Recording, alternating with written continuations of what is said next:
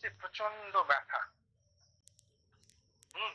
আর calf, প্রচুর কাশি হবে এবং কফ মিউকাস উঠবে। তার সাথে কি হয়, ট্রাকিকার্ডিয়া। ট্রাকিকার্ডিয়া মানে পালস, তোমার হার্ট রেট বেড়ে যাওয়াটাকে ট্রাকিকার্ডিয়া বলে। ওকে, আচ্ছা। আর হচ্ছে পালস র্যাপিড হবে। আচ্ছা, খুব সিভিয়ার হলে চোখ, মুখ, হাতের ডগাগুলো একদম নীল হয়ে যাবে, নীলচে, সাইনোসিস বলা হয়। খুব ধরো এক্সট্রিম লেভেলের শ্বাসকষ্ট হচ্ছে, মানে কি অক্সিজেনের মানে পরিমাণ এত কমে গেছে, চোখ মুখ বলে না, চোখ মুখ কাঁচতে কাঁচতে নীল হয়ে গেছে একদম, চলতি কথায় ব্যাপারটা হচ্ছে এইটা। আচ্ছা, ব্যাস এই ধরনের বিষয়গুলো আমরা দেখতে পাই। এবারে আমরা কি করে তাহলে মানে সমাধান কি করব? আচ্ছা, সমাধানের অনেকগুলো জায়গা আছে। প্রথম হচ্ছে অ্যাওয়ারনেস। অ্যাওয়ারনেস কি, যে যে কারণে ট্রিগারিং ফ্যাক্টর গুলো কাজ করে সেই জায়গাগুলোকে আমাকে সচেতন থাকতে হবে। সেটা কি? সেটা হচ্ছে অ্যালার্জেন সম্পর্কে সচেতনতা, মানে ধুলোর সংস্পর্শে যাব না, ধোঁয়ার সংস্পর্শে যাব না, উগ্র গন্ধ ইউজ করব না, ঠিক আছে? আচ্ছা, সাইকোলজিক্যালি কেউ যদি খুব এক্সাইটেড, মানে ধরো অট্টহাসি হাসছে, প্রচন্ড খুশি, সেটাও কিন্তু অ্যালার্জেনের কাজ করে। কেন? এই যে কারণটা, মানে কারণটা কি, কারণটা হচ্ছে হাইপার রেসপন্সিভনেস। এই যে এটা কি সেন্সিটিভিটি বলে। এর এর রুটটা, এর রুট কজ কি? Autonomic presentation. অটোনমিক্যালি আমাদের যদি ধরো নর্মাল অটোনমিক প্রেজেন্টেশন কি, যদি সিম্প্যাথেটিক নার্ভাস সিস্টেম অ্যাক্টিভ হয় তখন ব্রঙ্কাসটা কি হয় বলতো? অটোনমিক নার্ভাস সিস্টেমের দুটো এরিয়া, একটা সিম্প্যাথেটিক আর একটা parasympathetic. Clear? Sympathetic nervous system, হ্যাঁ বলো।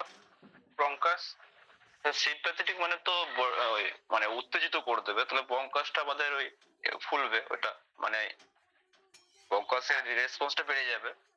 না, রেসপন্স বেড়ে যাবে মানে কি হবে? ব্রঙ্কাসের নেচারটা কি হবে? স্যার ব্রঙ্কাসের নেচারটা মানে আমাদের তো মানে সিম্প্যাথেটিক বাড়ানো হচ্ছে আমরা শ্বাস বেশি করে নেবো, তাহলে ওটা জাস্ট ওটা বেশি হয়, মানে ওটাকে বলা হয় ডায়াবেটিস বেরিয়ে যাবে, বেড়ে ব্রঙ্কো ডায়ালেটর, মানে ব্রঙ্কাসটা ডাইলেটেড হয়ে যাবে, বড় হয়ে যাবে, ঠিক আছে? আচ্ছা, বড় হয়ে যাচ্ছে তার কারণ কি? তখন that time you need lots of oxygen. হ্যাঁ, এবং সেই অক্সিজেনটা আসবে কোত্থেকে যদি বড় হয়ে যায়? তাহলে এটা নর্মালি সিম্প্যাথেটিক নার্ভাস সিস্টেম অ্যাক্টিভের নর্মালি হয়ে যাচ্ছে, ওপেন হয়ে যাচ্ছে, ঠিক আছে? আচ্ছা, আর প্যারাসিম্প্যাথেটিকে কি হয়? স্যার উল্টো হবে, এটা উল্টো হবে, ছোট হয়ে যাবে। ধরো তুমি মেডিটেশন করছো বা তুমি প্রাণায়াম করছো, হ্যাঁ, তুমি তো তখন শান্ত না অশান্ত? শান্ত। তাহলে শান্ত যখন আমরা হচ্ছি তখন আমার অক্সিজেন রিকোয়ারমেন্ট বাড়বে না কমবে? কমবে। তাহলে তখন কমার সাথে সাথে আমার অতটা ডায়ালেটেড করার দরকার নেই, তাহলে ওটা আস্তে আস্তে আস্তে আস্তে স্কুইজ হয়ে যাবে, ছোট হয়ে যাবে, স্প্যাজম হয়ে যাবে, ঠিক আছে? এই সেন্সিটিভিটি জিনিসটা, তার মানে প্যারাসিম্প্যাথেটিক কি ডেফিনেশনে কি লেখা আছে? Hyper parasympathetic sensitivity. হ্যাঁ, এইটা হচ্ছে কি কি এরিয়া। তাহলে যাদের এই সেন্সিটিভিটিটা বেশি তাদের কি হবে? স্প্যাজম হবে। আর ওইটা স্যার, হ্যাঁ বলো। ওইটা মানে আরো ছোট হয়ে যাবে, আরো ছোট হয়ে যাবে, ঠিক আছে? এটাই রোগের টার্নিং পয়েন্ট। ওকে, এটা কোত্থেকে হলো? ওইটাই তার বডির নেচার, ছোটবেলা থেকে ওরকমই জেনেটিক্যালি সে ওরকমই পেয়েছে। হ্যাঁ, এবং তার জন্যই ওইটা শুরু হচ্ছে একদম হাঁচি থেকে, নাজাল ক্যাভিটি থেকে। ধুলো, ধোঁয়া এগুলোর সংস্পর্শে যেই আসছে, সঙ্গে সঙ্গে ডিফেন্স মেকানিজম শুরু হয়ে যাচ্ছে, হাঁচতে শুরু করে দিল। ওকে, তাহলে এটা হচ্ছে শুরু। তাহলে বোঝা গেল যে ডিজিজের মেইন এরিয়াটা কি। তাহলে আমাদের কি করতে হবে? সচেতনতার মাধ্যমে প্রথম অ্যালার্জেন সম্পর্কে সচেতন করতে হবে। তোমাকে খুঁজে বার করতে হবে অ্যালার্জেন কোনগুলো। সবার যে একরকম অ্যালার্জেন নয় তা তা সেটা কিন্তু নয়। হ্যাঁ, সকলের ধারণা ডিম খেলেই বুঝি অ্যালার্জি হয়, সকলের সেটা নয়। হ্যাঁ, তো এটা খুঁজে পাওয়া খুব ডিফিকাল্ট।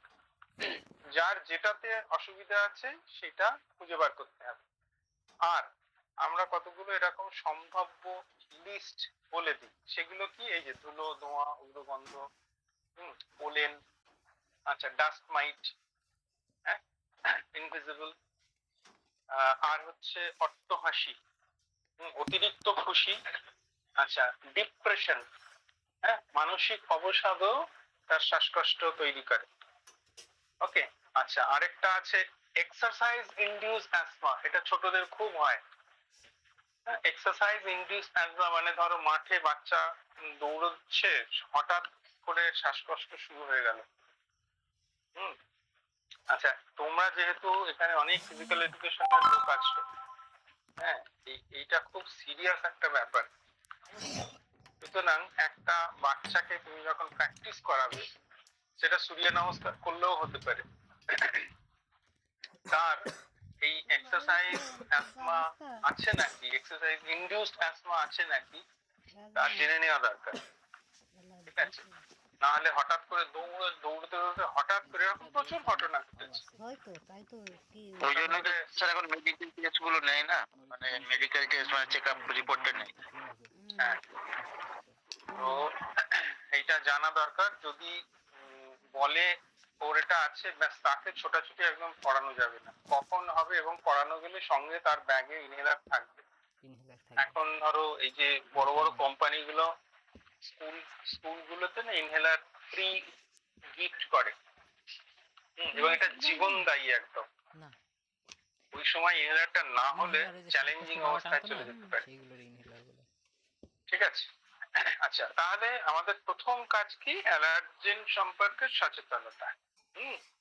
আচ্ছা, এটা গেল। আর কি করব? আচ্ছা, এইটা একটা ইন্টারেস্টিং ব্যাপার। এটা না লং টার্ম থাকে না। এটা ধরো সপ্তাহ 2 কি 1 সপ্তাহ কি 2 সপ্তাহের মধ্যে মোটামুটি আবার ঠিক হয়ে যায়। হ্যাঁ, ওই জন্য এটাকে বলা হয় রিভার্সেবল। এটা রিভার্স করে। ওকে, এইবারে যখন ঠিক হয়ে গেল তখন অ্যাকচুয়ালি কাজ আমাদের।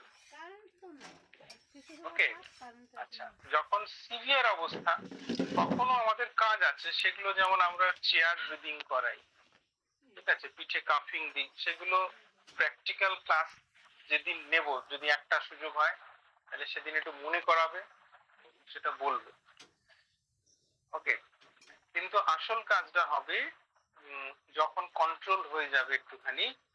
আচ্ছা, এই যে সিভিয়ার যখন থাকছে তখন করণীয় কি? তখন তোমার কোনো করণীয় নেই, তখন চেস্ট স্পেশালিস্ট দেখবে।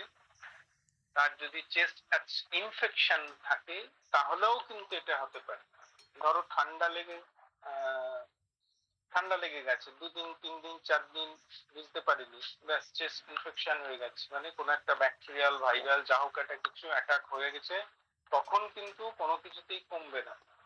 তখন তোমাকে অ্যান্টিবায়োটিক স্টার্ট করাতে হবে, সেটা মানে ডক্টরস সাজেশন দরকার। ঠিক আছে, তাহলে কেউ শ্বাসকষ্টের কেউ এলে প্রথমেই তাকে প্রাণায়াম করা না, প্রথম আগে ডিটেক্ট করা দরকার যে কেন হচ্ছে, কি ব্যাপার। এবং এটা চেস্ট স্পেশালিস্টের আন্ডারে কাজ। তাহলে প্রথমে মেডিকেশন হলো, যদি চেস্ট ইনফেকশন থাকে সেটা অ্যান্টিবায়োটিক খেয়ে ঠিক করতে হবে।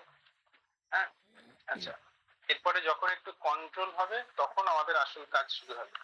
আমাদের আসল কাজটা কি? আসল কাজ হচ্ছে, প্রথম হচ্ছে সচেতনতা অ্যাবাউট অ্যালার্জেন। দ্বিতীয়, আমাদের কোপ আপ ক্যাপাবিলিটি ইনক্রিজ করতে হবে। আচ্ছা, এটা শুরু হচ্ছে একদম নাজাল ক্যাভিটি থেকে। আমাদের যে টেকনিক আছে নেতি, হ্যাঁ, জল নেতি, এইটা মানে অব্যর্থ ওষুধ, অসাধারণ ভালো কাজ করে জল নেতি। যাদের হাঁচি আছে তারা যদি জল নীতি নিয়ম করে করে ম্যাজিকের মতো কাজ হবে। জল নীতি সকালবেলা খালি পেটে প্রথম ফার্স্ট মর্নিং এটা করতে হয়, তাহলে ওখান থেকে আমরা জিনিসটাকে অ্যারেস্ট করে দিলাম। তাহলে তুমি ধরো যার কনস্টিটিউশনালি যে এটাকে ক্যারি করছে এই হাইপার সেন্সিটিভিটিটা, তাকে যদি তুমি নেতি করিয়ে দিতে পারো কনভিন্স করে, এবং রোজ সে নেতি করছে, তাহলে সঙ্গে সঙ্গে পুরো ডিজিজ প্রসেসটা শুরুতেই তুমি কন্ট্রোল করে দিলে। স্যার ওটা কি প্রত্যেকদিন করা যাবে? প্রত্যেকদিন না একদিন ছাড়া, না কেমন? না, নেতি হচ্ছে এমন একটা ক্রিয়া যেটা রেগুলার করা যায়, একমাত্র নেতি রেগুলার করা যায়, বাকি গুলো আর করা যায় না। এইবারে প্রত্যেকদিন কেয়ার করে, যখন সমস্যায় পড়ে তখন লোকে করে, হ্যাঁ করলো, তারপরে 7 দিন 10 দিন পরে ঠিক হয়ে গেল, আর হয় না, আর কেউ করবে না, ঠিক আছে। কিন্তু নিয়ম করে সপ্তাহে 1 দিন 2 দিন, বিশেষ করে শীতকালটা যখন যে সিজনে যাদের সমস্যা হয় তাদের সেই সিজনে একদম নিয়ম করে যদি করে তাহলে খুব সুন্দর। এবারে যেমন আমরা এইসব এই যে আমাদের দেশে না এইসব অত মানে সমস্যা নেই, কিন্তু এমন এমন কান্ট্রি আছে যেখানে বাতাসে পোলেন ঘোরে পুরো। পোলেন মানে একদম একটা নির্দিষ্ট সিজনে নির্দিষ্ট সময় পুরো মানে ঘুরছে, হ্যাঁ, এবং প্রত্যেকের হাঁচি সমস্যা, প্রত্যেকের একদম মানে খুব ডেঞ্জারাস ব্যাপার। সেক্ষেত্রে যেটা আমি দেখেছি, আমার এরকম কিছু ক্লায়েন্ট আছে বিদেশে, তো তাদের নীতি টেতি করেও কিচ্ছু হয় না, কারণ এত বেশি পলিউশন, মানে সবসময় ধরো অ্যালার্জেন এক্সপোজ, তাদের হয় না। কিন্তু আমাদের দেশে এতটা নয়, গন্ধ বেরোয়, হাসি হয়, কিন্তু পলিউশন ডেফিনেটলি আছে। তো সেক্ষেত্রে যদি ধরো সপ্তাহে অন্তত 2 দিন 3 দিন করতে পারে, খুব ভালো কাজ করবে। ওকে, তাহলে এটা একটা পার্ট গেল ক্লিনজিং প্রসেস। আর বমন ধৌতি যদি এবিলিটি থাকে, বাচ্চা হলে নয়, ধরো একটু সিনিয়র, সেক্ষেত্রে কি হয়, বমন ধৌতি করলে মিউকাস গুলো খুব সুন্দরভাবে বেরোয়, এবং এই যে ভমিট করছো, মিউকাসটা জমে আছে কোথায়, এই প্যাসেজে, খুব সুন্দরভাবে মিউকাসটা ক্লিয়ার হয়ে যায় এটা। আচ্ছা, এবারের কাজ কি দেখো, ক্লিনিক্যাল ফিচারে আরেকটা কি বলেছি, চেস্ট স্প্যাজম। হ্যাঁ, কোথায় কোথায় সকলের তো কাশি হয়েছে, আমরা ভুগিনি কাশিতে, এরম বোধ হয় কেউ নেই। আচ্ছা, এই যে কাশিতে কোথায় কোথায় ব্যথা হয়,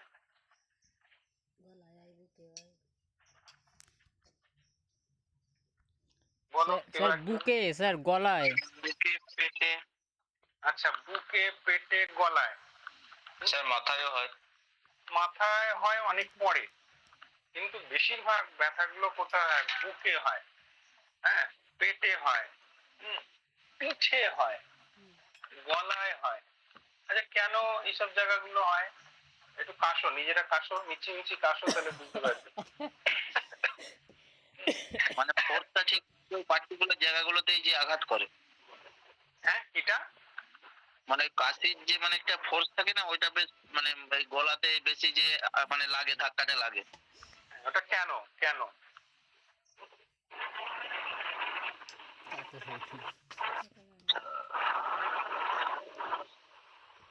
স্যার আমি এখন কাশি, বর্তমানে আমি ডাক্তার দেখাচ্ছি, শুকনো কাশি হচ্ছে, কিন্তু সেক্ষেত্রে আমি জোরে কাশতে চাইছি কিন্তু আমার কাশিটা বের হচ্ছে না। আর বুকের এই যে নালীটা রয়েছে, এই নালীর কাছে মনে হচ্ছে কেউ একটা আমাকে ধরে আছে। ওটা মিউকাস, যে ধরে আছে মিউকাস, খানিকটা ধরে আছে, আর স্প্যাজম, মাসল গুলো টাইট হয়ে আছে, ওটাই হচ্ছে এই যে টাইটনেস, চেস্ট স্প্যাজম, ওটাকে আমরা চেস্ট স্প্যাজম বলি। এবারে সকলের একরকম হয় না, কারোর চেস্ট, কারোর গলার কাছটা। আচ্ছা, এবারে প্রশ্নটা কি ছিল, এখানটা কেন হচ্ছে, এগুলো কেন হয়? আচ্ছা, এটা কি হতে পারে যে ডায়াফ্রামটা উপরে গিয়ে প্রেসার দিচ্ছে? না, ডায়াফ্রামের কারণ নয় এটা, বলেছিলাম ভুলে গেছো। এটা হচ্ছে, স্যার আপনি যেটা বলছেন ব্লকেজটা ছোট হয়ে যায়। না, শ্বাস-প্রশ্বাস ছোট না না, ওটা ওটা কারণ নয়। কারণটা হচ্ছে আমাদের রেসপিরেটরি মাসল নর্মাল দুরকম। একটা হচ্ছে নর্মাল রেসপিরেশন, সেটা কে করে?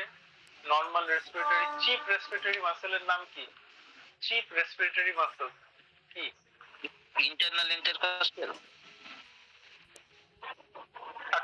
Chip diaphragm. ইন্টারনাল ইন্টারকস্টাল টা চিপ না, ডায়াফ্রাম।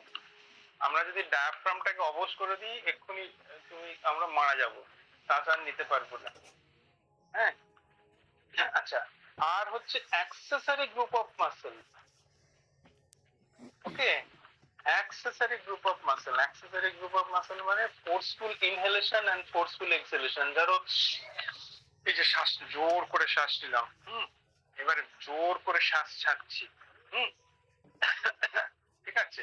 এই ফোর্সফুল এক্সপিরেশন এন্ড ইন্সপিরেশন, এইটা দেখো ওই মাসল গুলো করে। জোর কাশো, জোর কাশো, সবাই দেখবে পেটের মাসলটা, পেটের মাসলটা তোমায় কাশতে সাহায্য করছে।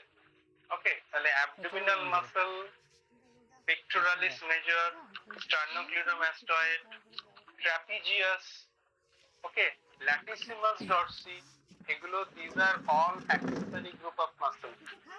না। হ্যাঁ, তুমি যদি জোরে জোরে কাশতে শুরু করো, দেখবে ওই মাসল গুলো এক্সেসিভ কন্ট্রাকশন হচ্ছে। এইটাই হচ্ছে চেস্ট স্প্যাজমের কাজ। এবারে ঠান্ডা লাগলে, তুমি ধরো কন্টিনিউয়াস 2 দিন 3 দিন ধরে কেসে গেছো, সারা রাত কেসেছো, তাহলে সারা রাত excessive use of accessory group of muscle, ঠিক আছে? তাহলে ওভার ইউজ হওয়ার ফলে ওই জন্য পেটে ব্যথা, পিঠে ব্যথা, ইন্টারকস্টাল মাসল গুলোতে ব্যথা, তোমার পেক্টোরালিস মেজর, স্টার্নোক্লিডোমাস্টয়েড, এই গলার মাসল গুলো, হ্যাঁ, এগুলো একদম এক্সেসিভ ওয়ার্কের ফলে এগুলো শক্ত হয়ে যায়। ওটাই স্প্যাজম। ওকে, রান্নাঘরে লাইট অফ করে এবারে দাও। এইখানে আমাদের কাজ।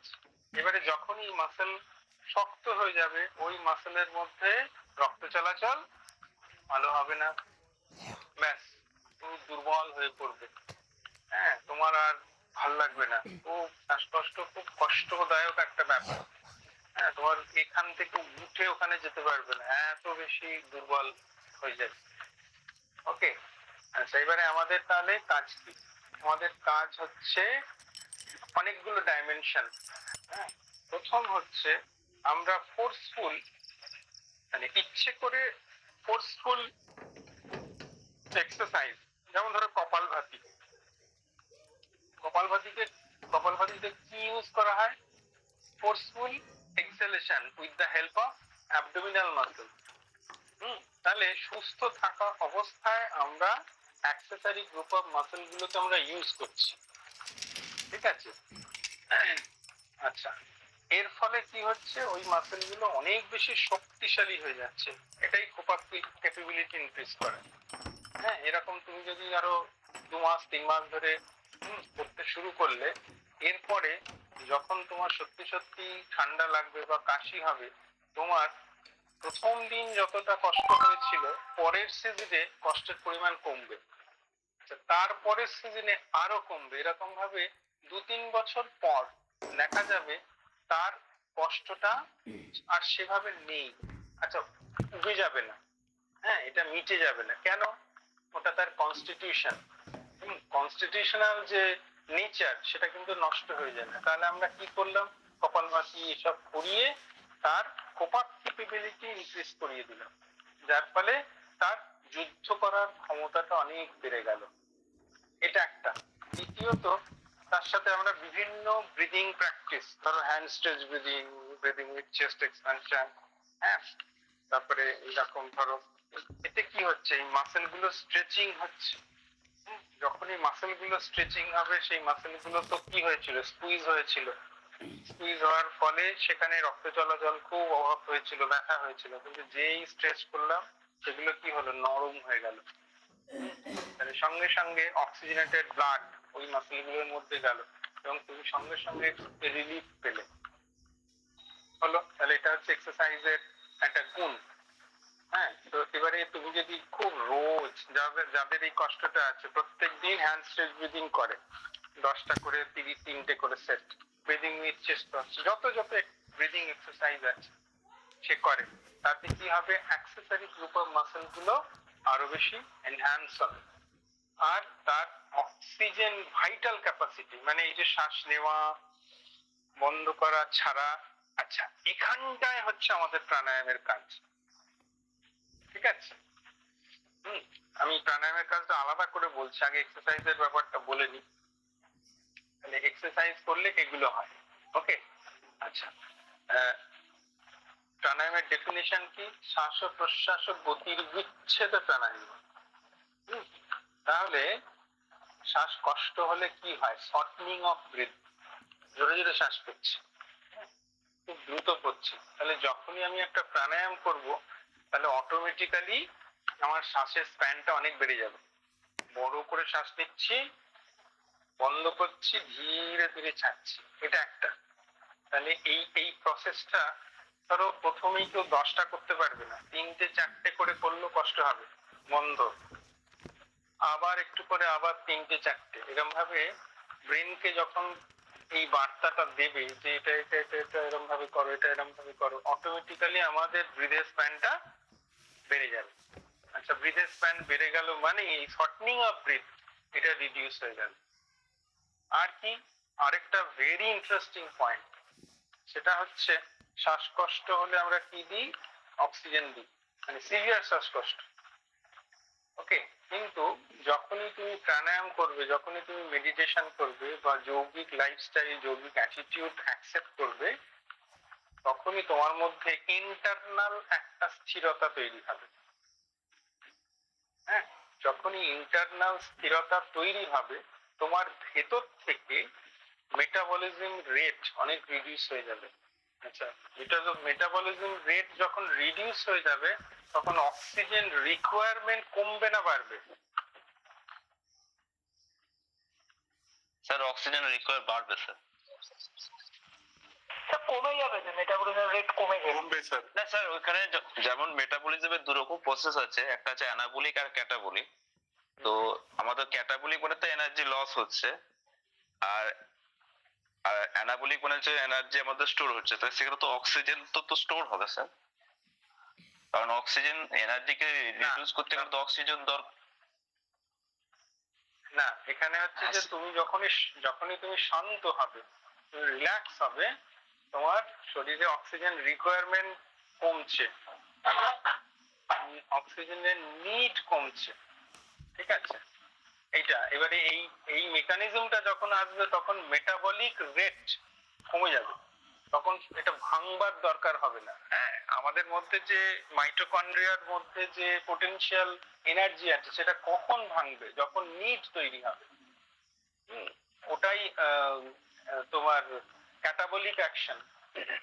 এবারে তুমি নিডটাকেই কমিয়ে দিলে, তুমি রিল্যাক্সড হয়ে গেলে, তুমি ভেতর থেকে শান্ত হয়ে গেলে, ঠিক আছে?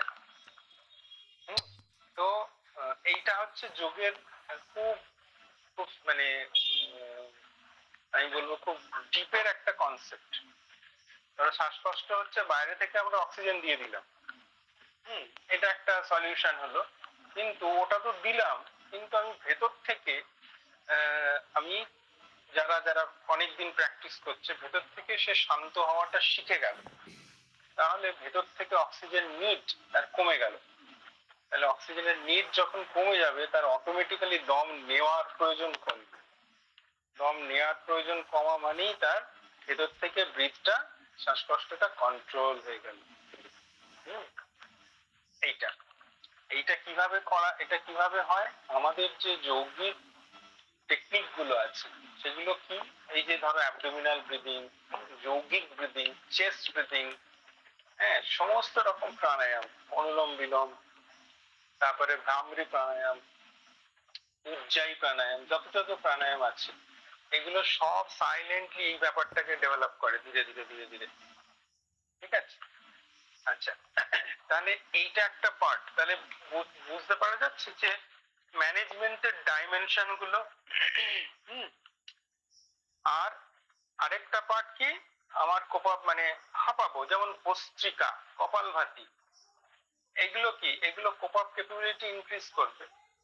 আমি আগে থেকে মানে সুস্থ অবস্থায় ইচ্ছে করে হাঁপাচ্ছি, মানে জোরে জোরে শ্বাস নিচ্ছি ছাড়ছি, জোরে জোরে শ্বাস নিচ্ছি ছাড়ছি, তাতে ব্রেনকে আমি কি বার্তা দিচ্ছি, দেখো এটা এটা এরকম।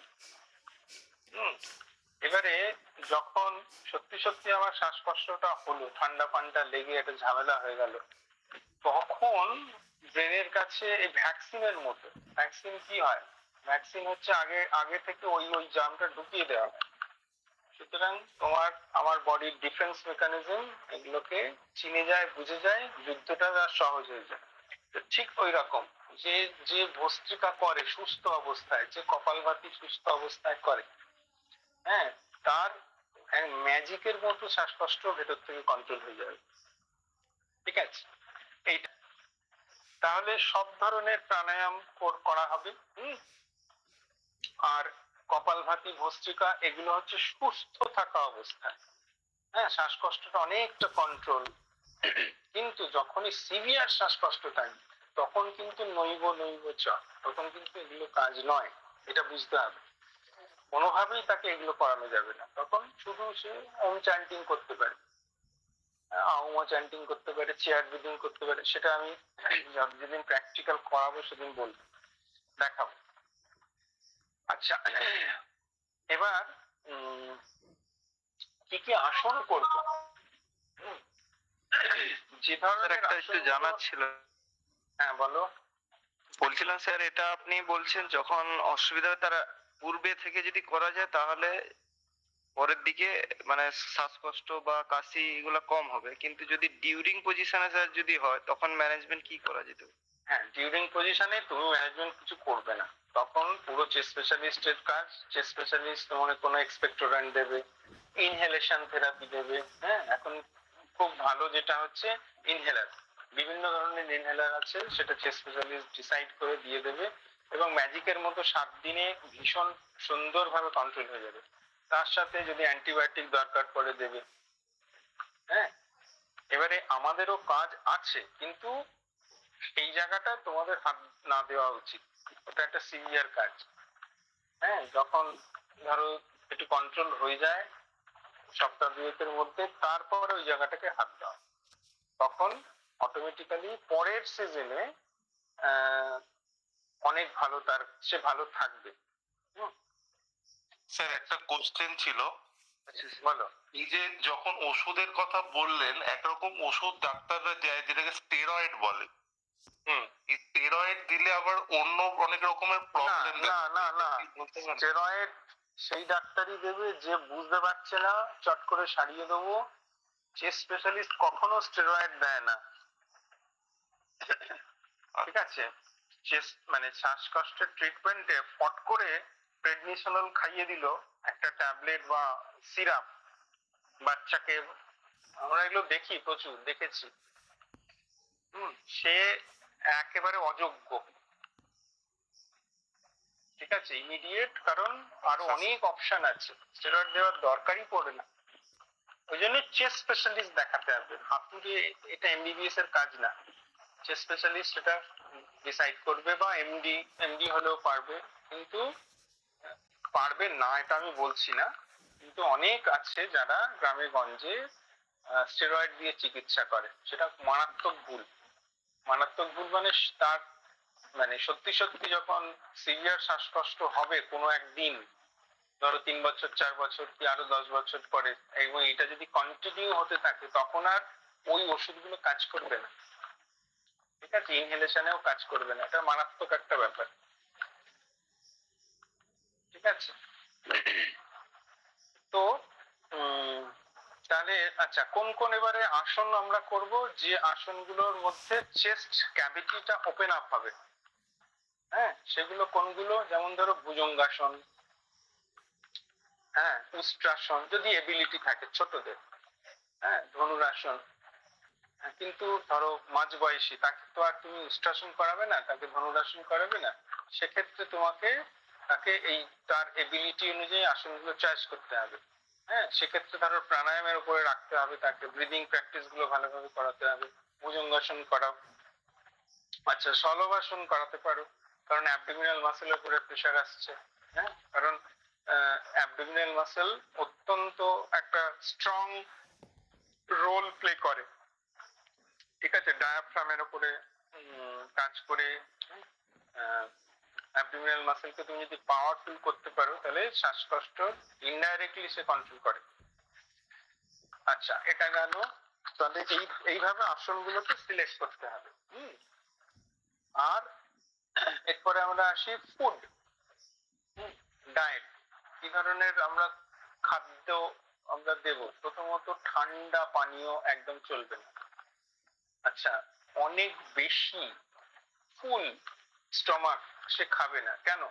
স্টমাকটা যদি ফুল হয়ে যায় সে তাহলে ডায়াফ্রামের উপরে চাপ দেবে। ডায়াফ্রামের চাপ মানে সেটা ডাইরেক্টলি লাংয়ের উপরে চাপ। একই শ্বাসকষ্ট, তার উপরে যদি ডায়াফ্রাম চাপ দেয় তাহলে শ্বাসকষ্টের ইন্টেন্সিটি আরো বেড়ে যাবে, ঠিক আছে।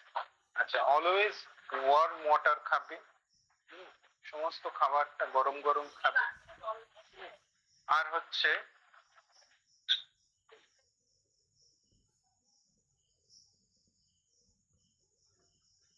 আচ্ছা, আর হচ্ছে খাবারের কোয়ালিটিটা উন্নত রাখতে হবে। মানে অনেক বেশি কার্বোহাইড্রেট খাওয়া যাবে না। কেন? অনেক বেশি কার্বোহাইড্রেট খেলে কার্বোহাইড্রেটের পরিমাণটা সবসময় বেশি দরকার পড়ে। এক প্লেট ভাত, এতটা মুড়ি, হ্যাঁ, রুটি, ইডলি, এগুলো সব কার্বোহাইড্রেট, পরিমাণটা অনেক বেশি খেতে হয়। কিন্তু কোয়ালিটি ফুড অফ যদি বেশি হয়, যেমন ধরো একটু প্রোটিন থাকবে, সেখানে অল্প একটু খাবার খেলে কেন, আমাকে স্টমাকটা ফাঁকা রাখতে হবে। সুতরাং এইটা মাথায় রাখতে হবে, স্টমাকটা ফাঁকা, যে অল্প একটু খাবার, একটু মাছ খাবে, একটু যদি তার চিকেন খেতে পছন্দ হয় চিকেন খাবে, সুসিদ্ধ, পনির খেতে পারে, ঠিক আছে। আচ্ছা, আর কি কি খাবে না? যেগুলোতে ব্লোটেড ফিল হয়, ব্লোটেড মানে ধরো পেটে উইন্ড হচ্ছে, যেমন ডাল জাতীয় জিনিস, হ্যাঁ, ওই সময়টা অ্যাভয়েড করতে হবে। আচ্ছা, ফ্রুটস খেতে পারে, রসালো মিষ্টি ফ্রুটস এই সময় চলতে পারে। আর সবসময় যাই খাবে সেটার পরিমাণ খুব সীমিত, পরিমাণে কম বাড়ে বেশি, ঠিক আছে। ব্যাস, এই হচ্ছে ম্যানেজমেন্ট।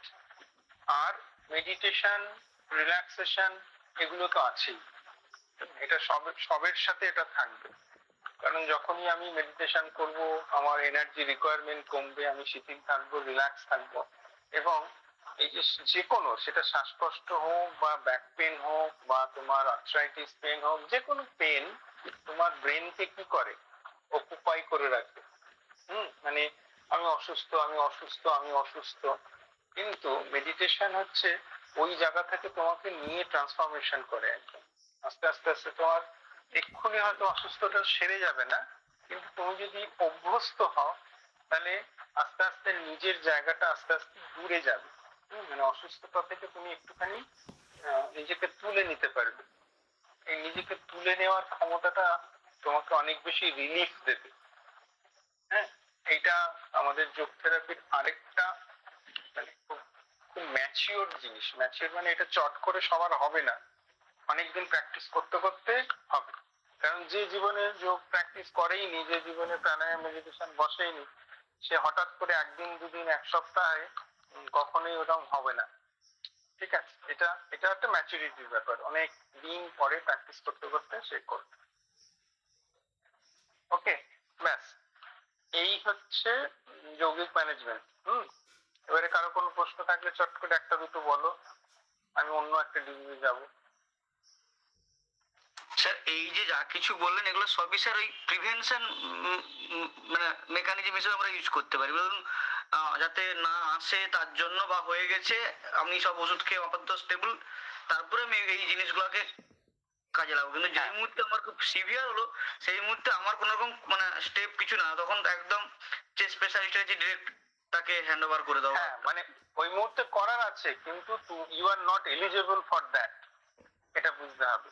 হ্যাঁ, তোমাকে তোমার কেসটা তো ডিল করতে শিখতে হবে। হ্যাঁ, তো তুমি ধরো ডিল করতে গিয়ে বা অ্যাকচুয়ালি তোমার কাছে তখন আসবে না। একটা মানুষ যখন প্রচন্ড কষ্ট পায় তখন সে কোথায় হসপিটালে যাবে, সে অক্সিজেন নিয়ে দৌড়দৌড়ি শুরু করবে, সে তোমার কাছে আসবে না। ঠিক আছে, কিন্তু অনেক বড় কাজ আমাদের আছে ওই ধরো 2 সপ্তাহ 3 সপ্তাহ কি 1 মাস পরে। ঠিক আছে, এখন কখন আসে মানুষ ওষুধ খেতে খেতে এবারে বিধ্বস্ত, হ্যাঁ আর পাচ্ছে না, কত আর ওষুধ খাবো, এবার একটু যোগা করি, হ্যাঁ এরম জায়গা থেকে সব আসে। তো কিন্তু ওষুধ ওষুধ খাবো, তারপরে ডক্টরসই যদি এটা সেন্ড করে একটুখানি যোগা করুন, তাহলে অনেক অনেক তাড়াতাড়ি সে সুস্থ হবে, অনেক ভালো থাকবে। এরকম প্রচুর পাচ্ছি। আর কি হয়, তুমি ধরো কন্টিনিউ যদি প্র্যাকটিসটা করো তাহলে ইমিউনিটিটা বুস্ট আপ করে। সাধারণত ধরো 13, 14, 11 বছর বা আরো 10 বছর, এই যে বাচ্চাদের যে শ্বাসকষ্টটা হয়, এইটা ঠিক মতো খাওয়া দাওয়া, ক্যালসিয়াম রিচ ফুড, ফল এবং তার সাথে নিয়ম করে যোগ অভ্যাস, এটা যদি করে একটা সময় পরে, অমিত একটু সাউন্ড হচ্ছে অমিত, হ্যাঁ ইয়েস থ্যাংক ইউ। তো যদি অভ্যেস করে তাহলে তার ইমিউনিটিটা বুস্ট আপ করে। এই যে টোটাল ব্যাপারটা যে শুনলে, তার মধ্যে ইমিউনিটি একটা খুব বড় রোল প্লে করে। এবং আইজি লেভেল খুব হাই হয় এই ধরনের কেসে। ঠিক আছে, তো ধীরে ধীরে টোটাল প্র্যাকটিসের সাথে সাথে ইমিউনিটিটা বুস্ট আপ করে এবং ডিজিজ প্রসেসটাই আস্তে আস্তে হারিয়ে যায়, চলে যায় না, শেষ হয়ে যায় না, কিন্তু কন্ট্রোল হয়ে যায় খুব সুন্দরভাবে। এরকম প্রচুর কেস আমরা দেখেছি। ঠিক আছে, ছোটবেলায় প্রচুর ভুগেছে, তারপরে একটু যেই বড় হলো, 18 বছর যে বয়স হলো, ব্যাস আর সেসব কিছু নেই। আবার অত্যাচার করলে ধরো সে খুব ডিপ্রেস লাইফে চলে গেল, আবার ওগুলো চলে আসবে চট করে। ঠিক আছে, আচ্ছা বলো। স্যার বলছি দু একটা মানে জানা থাকলে খুব ভালো হতো, যে সিভিয়ার যখন কেস হয় তখন সেক্ষেত্রে আমাদের কি করণীয় যদি সিচুয়েশনটা যদি চলে আসে। ওইটা যে প্র্যাকটিক্যাল যেদিন হবে সেদিন আমাকে মনে করবে, তোমাদের তো একটা মহারাজ ক্লাস দেবেন। ঠিক আছে, এটা অনলাইনে বলা যাবে না, দেখাতে হবে জিনিসগুলো। স্যার আইজির ফুল ফর্ম কি বললেন? হ্যাঁ, আইজি আই আইজি এর ফুল ফর্মটা কি? ও আইজিই, হ্যাঁ এটা হচ্ছে এটা টেস্ট, এটা হচ্ছে অ্যালার্জিটা খুব হাই থাকে, ইমিউনোগ্লোবিউলিন আইজি বলে শর্টে। আইজিটা টেস্ট করুন যাদের এসব অ্যালার্জিক কন্ডিশন খুব আছে, ধরো স্কিনে খুব র্যাশ বেরোচ্ছে, হ্যাঁ অ্যাকচুয়ালি ধরো স্কিনে লাল লাল আমবার হয়েছে, বলে না স্কিনে লাল হয়ে গেছে, এইটাই যখন তোমার শ্বাসনালীর ভেতরে হবে, দ্যাট ইজ অবস্ট্রাকটিভ মায়াজমা। যখন ভেতরে ফুলে গেল, সেটা কারণটা যাই হোক, কোনো খাবার থেকে হতে পারে, ঠান্ডা থেকে হতে পারে, যা খুশি থেকে হতে পারে, হ্যাঁ বডিটা আমার অ্যাকসেপ্ট করলে না, ব্যাস তখনই ওটা শ্বাসকষ্ট শুরু হয়ে গেল। ওইটাই যখন বাইরে আচিংড়ি খেয়ে গা চুল করছে, গা একদম লাল লাল হয়ে গেল, ওটা বাইরে বেরোলো ঠিক আছে, কিন্তু ওটা যখন ভেতরে হবে সেটা মারাত্মক। এবং সেক্ষেত্রে প্রোটিন একটা খুব মারাত্মক অ্যালার্জেন, অনেক অনেক প্রোটিন আছে যেটা বডি অ্যাকসেপ্ট করে না, হ্যাঁ সেক্ষেত্রে মৃত্যু পর্যন্ত হয়ে যেতে পারে। এমন প্রোটিন, এমন কমপ্লেক্স প্রোটিন, তো কমপ্লেক্স, বডি সেটা অ্যাকসেপ্ট করলো না, সঙ্গে সঙ্গে একদম চোখড হয়ে যেতে পারে। ওই জন্যে আননোন মাংস খেতে নেই কখনো, এটা ওটার মানুষ তো সব খায় মাংস, আননোন মাংস খেতে নেই। ঠিক আছে, আচ্ছা এবারে স্যার একটা ছোট বলো। প্রশ্ন, বলছি স্যার বলো। যাদের ধরুন ডাস্ট অ্যালার্জি বা এই ধরনের অ্যালার্জি থাকে, তো কোনোভাবে কি এটা ইমপ্রুভ করা যায় মানে? হ্যাঁ ভীষণ ভালো ইমপ্রুভ করা যায়। সেটার জন্য কি কি আসন প্রাণায়াম আছে? এই তো দেখো, আলাদা ওইরকম ব্যাপারটা না, এই টোটাল ব্যাপারটা, যেমন ধরো তুমি যদি নেতি করো, জল নেতি, তাহলে এটাকে বলা হয় ভলেন্টারিলি ইনভলেন্টারি কন্ট্রোল। কি বললাম? Voluntarily involuntary control. আমি ভলেন্টারি মানে আমার ইচ্ছেতে নাকে ওয়ার্ম স্যালাইন ওয়াটার, মানে একটা ফরেন বাইরের জিনিস দিচ্ছি। সমস্যাটা কি? ধুলো ধোঁয়া গেলে এইসব এই জায়গাগুলো সেন্সিটিভিটি হবে, হাঁচি শুরু হয়ে যাবে। তাহলে আমি ইচ্ছে করে বাইরের থেকে একটা ওয়ার্ম স্যালাইন ওয়াটার এটা পুট করছি, তার মানে কি, ওই ভ্যাকসিনের মতো আমি আগে থেকে দিয়ে দিচ্ছি রোজ দিতে দিতে এর যে সেন্সিটিভিটি এটা আস্তে আস্তে আস্তে আস্তে কমে যাবে। এবং এটা প্রমাণিত, এস্টাবলিশ এবং রিসার্চে এটা প্রমাণিত যে এটা এরকম হয়। ওইরকম ভাবেই তার ধুলো ধোঁয়া থেকে আস্তে আস্তে কন্ট্রোল হয়ে যায়। তার সাথে ইমিউনিটি একটা ব্যাপার, ধরো 4-5 বছর সে প্র্যাকটিস করছে, তার সাথে ঠিক ঠিক খাওয়া দাওয়া আছে, ভিটামিন মিনারেলস প্রোটিন এগুলো তো হেল্প করে, তো তার ওভারঅল ইমিউনিটিটা বুস্ট আপ করে। হ্যাঁ, এবং সে তখন ওই ডিজিজটাকে মানে সাপ্রেস করে বা কন্ট্রোল করতে সাহায্য করে। ঠিক আছে, আচ্ছা এইটার সাথে সাথে আমি একটু সাইনোসাইটিসটা বলে দিই। এটার সাথে সাইনাস রিলেটেড। সাইনাস কাকে বলে? আমাদের এই সমস্ত এলাকায় যে ভ্যাকিউম যে জায়গাগুলো থাকে তাকে সাইনাস বলে। এখানে আছে, এখানে আছে, এখানে আছে ক্যাভিটি। হ্যাঁ, তো এই এই ক্যাভিটির মধ্যে আইটিস মানে কি? সাইনোসাইটিস, যে কোনো কিছুর সাথে আইটিস থাকলে সেটা ইনফ্লামেশন। ওকে, এবারে এই যে ঠান্ডা লাগার যে ব্যাপার, এই সাইনোসাইটিস এখান থেকেই মানে সূত্রপাত। ধরো যাদের চট করে ঠান্ডা লাগে, ধুলো ধোঁয়ায় অসুবিধে, তখন ওই সাইনাসের ভেতরে যে ঢুকে যায়, ধরো মিউকাস ঢুকে বসে আছে সর্দি টর্দি হয়ে, ব্যাস ঢুকে বসে গিয়ে সে তো ইনফ্লামড হয়ে গেছে। এবং ওখানে ওষুধ পৌঁছয় না, হ্যাঁ, অনেক দেরি হয়। এবারে যখনই ধরো এখানে মিউকাস টিউকাস পড়ে আছে, তখন কি হবে? তোমার মাথার যন্ত্রণা শুরু হয়ে যাবে, সাংঘাতিক পেন, সাইনোসাইটিসের পেন। এটা ওষুধে কিছুতেই যায় না। কিন্তু এই যে ওয়ার্ম স্যালাইন ওয়াটার আমরা কি করছি, নাজাল ক্যাভিটি দিয়ে এরকম ভাবে নিয়ে পাস করাচ্ছি, তাহলে ওয়ার্ম স্যালাইন ওয়াটার, ওই যে ওয়ার্ম আর স্যালাইন ওয়াটার দুটোই খুব থেরাপিউটিক্যালি খুব মানে এর ভ্যালু প্রচুর। প্রথমত যখনই গরম জলটা মিউকাসের মধ্যে যাচ্ছে, ও যেটা জমাট বাঁধা হয়ে আছে ও আরো লিকুইড হচ্ছে। আর কি হচ্ছে, স্যালাইন মানে নুন, নুন হচ্ছে অ্যান্টি মানে কাজ করছে, ওই যে ইনফ্লামেশন হয়ে আছে কাজ করছে। আর নুন হচ্ছে বডি, নুন ছাড়া করা যাবে না, নুন ছাড়া করলে মারাত্মক ব্যাপার হয়ে যাবে, মাথা পুরো ঝনঝন করবে। সুতরাং তোমরা যখন করবে ভুল করেও উইদাউট সল্ট করতে যাবে না। আর ভুল করেও ঠান্ডা জল ইউজ করবে না।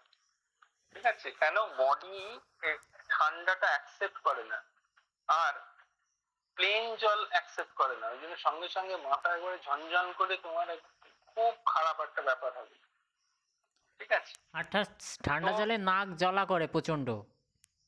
হ্যাঁ, সুতরাং এটা করবে না কখনো। তো যখনই আমরা এই যে ওয়ার্ম স্যালাইন ওয়াটার, হ্যাঁ বলো। স্যার বলছি অনেক সময় নাকে সেই জল টানতে বলে, সেটা তো আমরা ঠান্ডা জল নেই, তো ওটা কি নেওয়া উচিত না উচিত?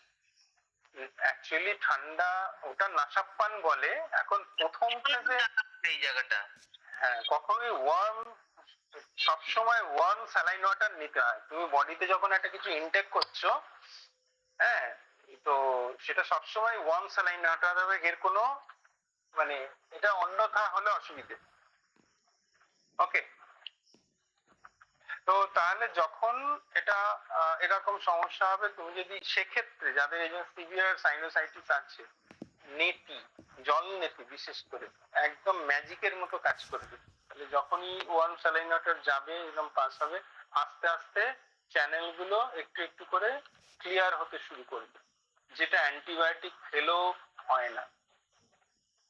ঠিক আছে, ব্যাস সাইনোসাইটিসের আর কিছু নেই। আচ্ছা, এবারে ধরো যখনই কিছুদিনের মধ্যে এটা ক্লিয়ার হয়ে যাবে,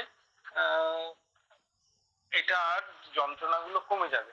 এবং সেক্ষেত্রে আরেকটা ব্যাপারও থাকে যে স্ট্রেস, স্ট্রেস রিলিজের জন্য আমাদের তো প্রাণায়াম, মেডিটেশন এসব আছে। ওকে স্যার, রাবার নেতিতে কি কিছু উপকার হয় না? রাবার নেতিটা তো তোমাকে দিলেই তো তুমি ভয় পাবে। একটা মানুষকে যদি বলো এই যে রাবারটা ঢোকাতে হবে, হ্যাঁ, ওটা হচ্ছে যে তোমাদের জন্য বা আমাদের জন্য যারা আমরা এটা একটু সিরিয়াসলি প্র্যাকটিস করি, কিন্তু সাধারণ মানুষকে তুমি যদি সূত্র নীতি বলো করতে, ও তোমার কাছে পরের দিনই আর আসবে না। ঠিক আছে, আগে তোমার টেকাতে হবে, তারপরে তো তুমি এটা বলবে। সুতরাং জল নীতি খুব ইজি। হ্যাঁ, মানে আমি তো এখনো পর্যন্ত কাউকে সূত্রনীতি সাজেস্ট করিনি, করার সাহসই নেই। পরের দিন পালাবে পেশেন্ট। সুতরাং তুমি নিজে করো, লোককে বলো না, এটা হচ্ছে কথা। ঠিক আছে? হ্যাঁ, আচ্ছা, ব্যাস, এটা হয়ে গেল। এবার আমরা অন্য টপিকে যাই, কারণ সময় দেখো ঘড়ির কাঁটা দৌড়চ্ছে, 8 ঘন্টার মধ্যে আমার দুটো শেষ করতে হবে। এবারে নোটটা পড়ে নেবে, তাহলে দেখবি অনেক পরিষ্কার হয়ে গেছে। আচ্ছা, এবার আমরা আসি ডায়াবেটিস।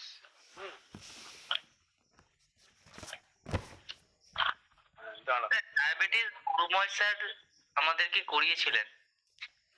আচ্ছা, ডায়াবেটিস পড়িয়েছেন? হ্যাঁ স্যার।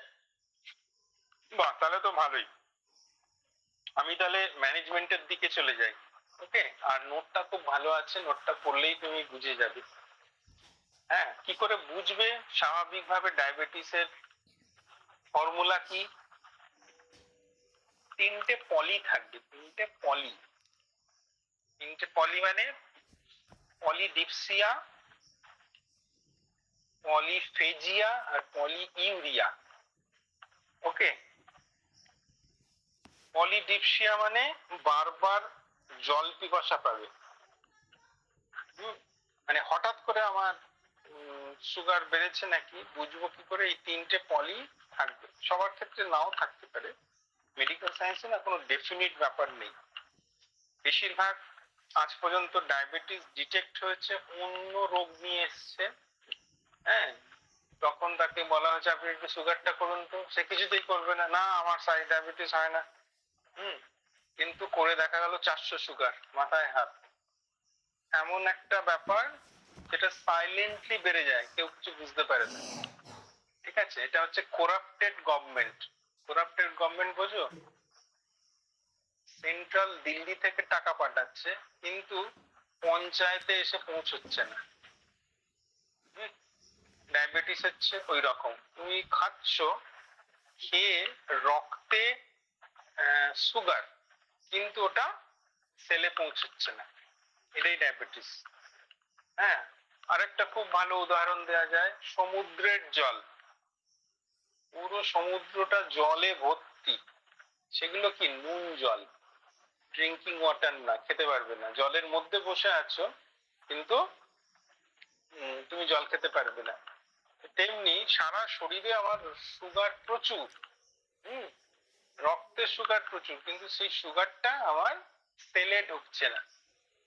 হ্যাঁ, এক্ষেত্রে কেন ঢুকছে না? ওটাই রোগ, ওটাই ডায়াবেটিস। কেন?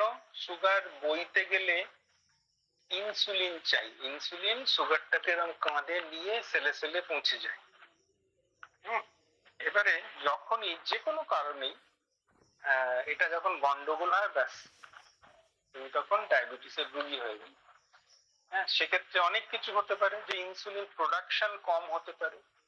বিটা সেল থেকে ইনসুলিন বেরোয়, তাহলে বিটা সেলের ধরো গন্ডগোল যদি হয়, তাহলে ইনসুলিন প্রোডাকশন কম হলো। আর হচ্ছে ইনসুলিন রেজিস্ট্যান্স। ইনসুলিন রেজিস্ট্যান্স মানে ইনসুলিনটা নিয়ে যাচ্ছে সেল ওয়ালে গিয়ে, ও বললো ঢুকতে দেবো না তোমাকে, এটাকে বলা হয় ইনসুলিন রেজিস্ট্যান্স। তাহলে আলটিমেটলি সেলে গ্লুকোজ পৌঁছচ্ছে না। তাহলে সেলে যদি গ্লুকোজ না পৌঁছায়, তাহলে আমাদের শরীরের শক্তির মূল উৎস কি? গ্লুকোজ। তাহলে তুমি ভাত খাচ্ছ, রুটি খাচ্ছ, সবই খাচ্ছ, প্রচুর খাওয়া দাওয়া খাচ্ছ, কিন্তু তাও শুকিয়ে যাচ্ছ। তার কারণ হচ্ছে যে রক্তে গ্লুকোজ প্রচুর। আচ্ছা, এটাতে হলে ক্ষতি কি? রক্তে যদি গ্লুকোজ বেশি থাকে, রক্তে গ্লুকোজ বেশি থাকলে প্রথমত সেলে পৌঁছচ্ছে না। এটাই করাপ্টেড গভর্নমেন্ট। তাহলে সেলের যে নিজস্ব কাজকর্ম সেগুলো হলো না।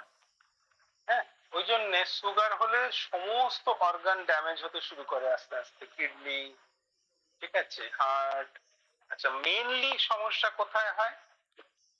মেইনলি সমস্যাগুলো হয় অনেক দিন ধরে, সেটা হচ্ছে যে আমাদের যে ভেসেলস গুলো আছে, শিরা উপশিরা, আর্টারি, হ্যাঁ, এর মধ্যে দিয়ে যখন হাই ডেনসিটি ব্লাডে, মানে ব্লাডে প্রচুর সুগার, এটা যখন ভেসেলস এর মধ্যে দিয়ে যাচ্ছে, ওই ভেসেলস এর মারাত্মক ক্ষতি হয়। এখান থেকেই তোমার স্ট্রোক এসব তৈরি হয়ে যায়, মানে ভেসেল ড্যামেজ হয়ে যায়। সেই জন্য সুগার আমাদের কন্ট্রোল করতে হবে। আচ্ছা, এক্ষেত্রে প্রচুর ভালো কাজ আছে যোগ থেরাপিতে।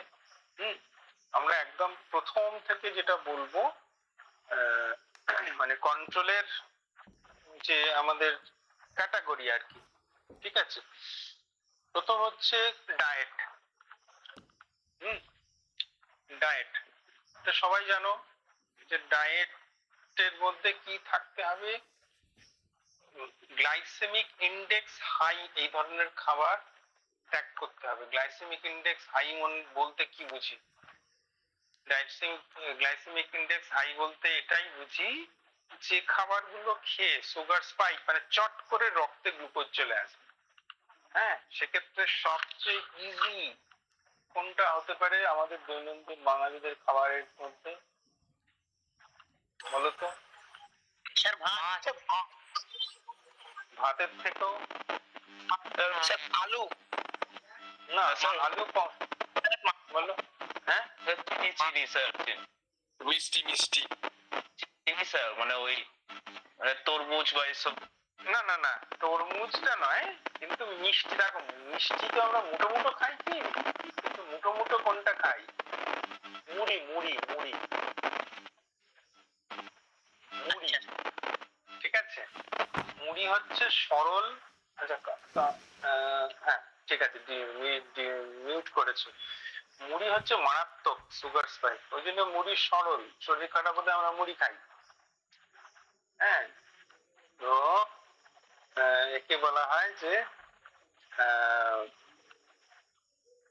গ্লাইসেমিক ইন্ডেক্স হাই, সেগুলো কি মুড়ি, ভাত।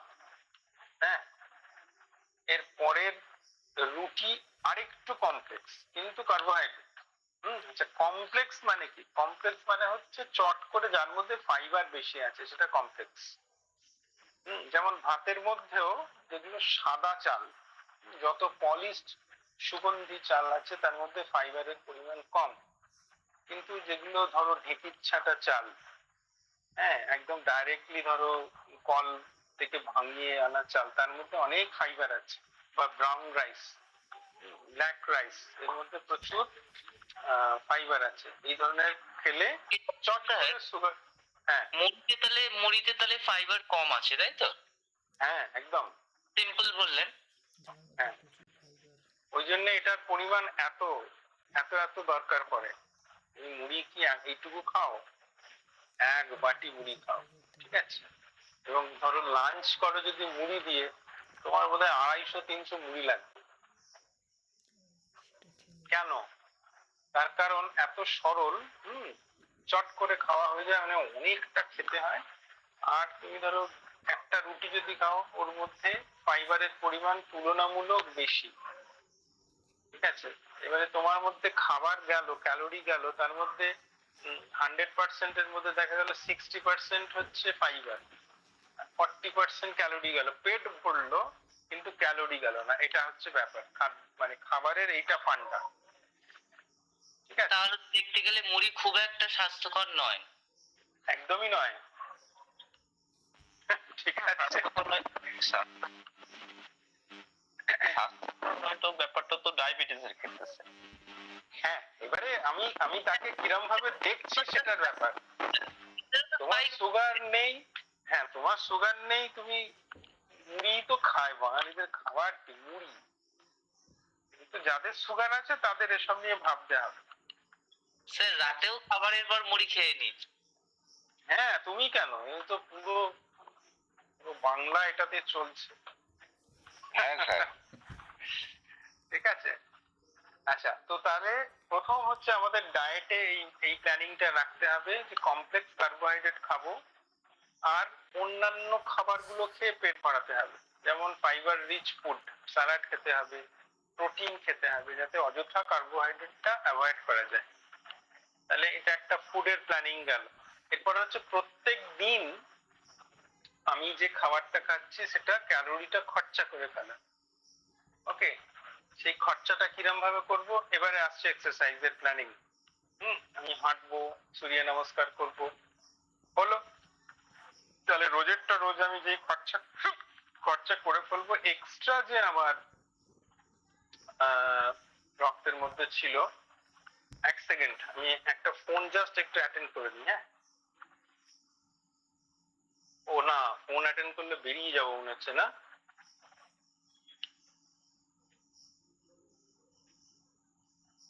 ঠিক আছে, আমি পরে ফোনটা ধরছি।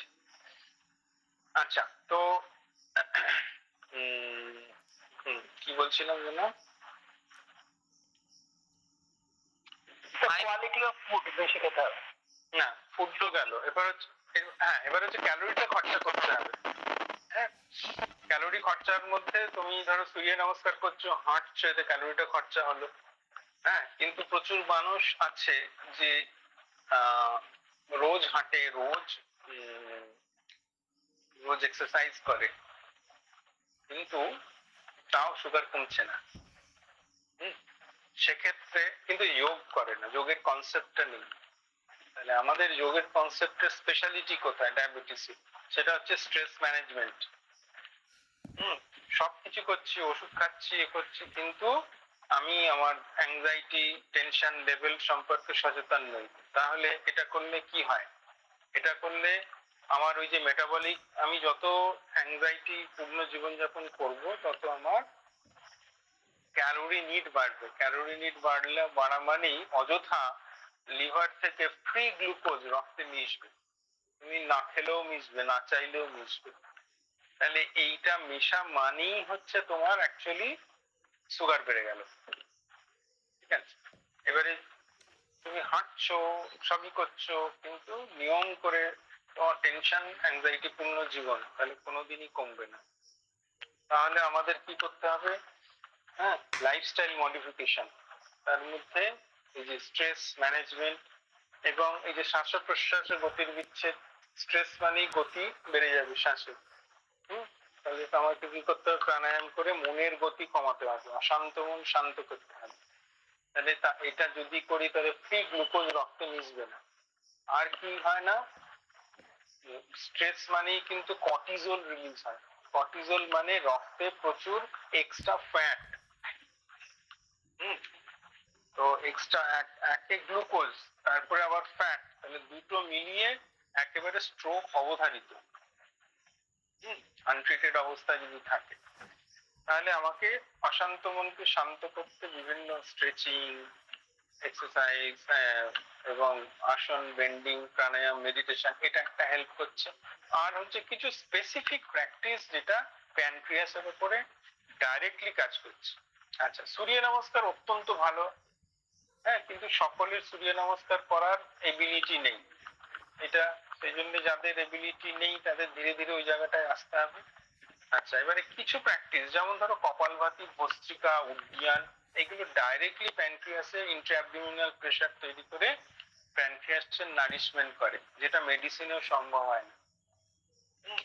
তো এই নারিশমেন্টটা যে আমরা মানে রিসার্চে দেখা গেছে, প্রচুর কাজ আছে, হয়েছে এটা নিয়ে। হ্যাঁ, তো প্যানক্রিয়াসের নারিশমেন্ট হয় এবং যার ফলে ওই বিটা সেল আবার রিজুভিনেট করে, ইনসুলিন সিক্রিয়েশন ভালোভাবে বের হয়। ওকে, আচ্ছা, এটা একটা গেল। আর হ্যাঁ, কি বলছো? তো প্রশ্ন আছে স্যার। হ্যাঁ, বলো। বলছি স্যার, আপনি বললেন যে কার্বোহাইড্রেটটা বেশি খেতে নয়, তো আমরা যারা সুস্থ আছি তারা কি প্রোটিন দিয়ে এই খাবারটা ইয়ে করতে পারি, মানে কার্বোহাইড্রেটের জায়গায়?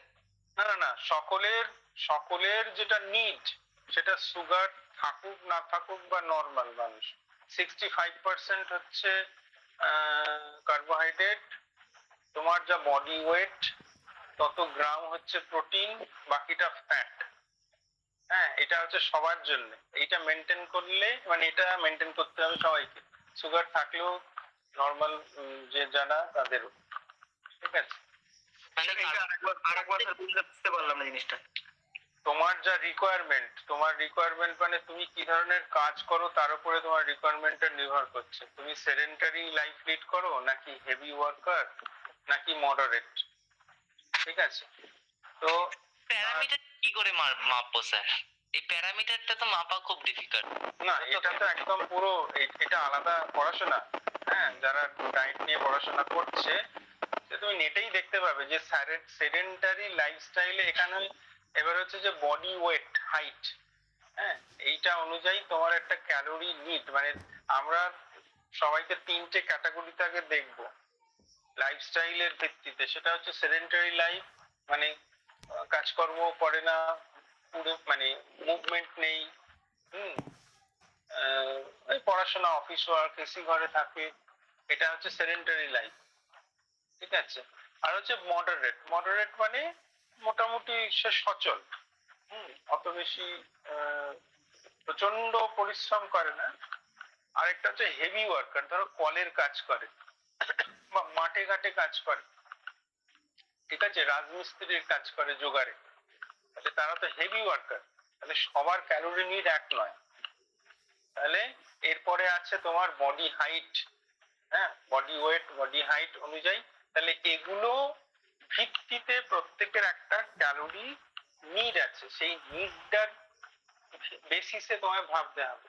ধরো যারা হেভি ওয়ার্কার তাদের হয়তো 3000 ক্যালোরি দরকার সাপোজ, আর যারা সেডেন্টারি তাদের সাধারণত 1600 ক্যালোরির ডায়েট দেওয়া হয়, ঠিক আছে? তো সেক্ষেত্রে ধরো 3000 বা 1600 ক্যালোরির 65% হচ্ছে কার্বোহাইড্রেট,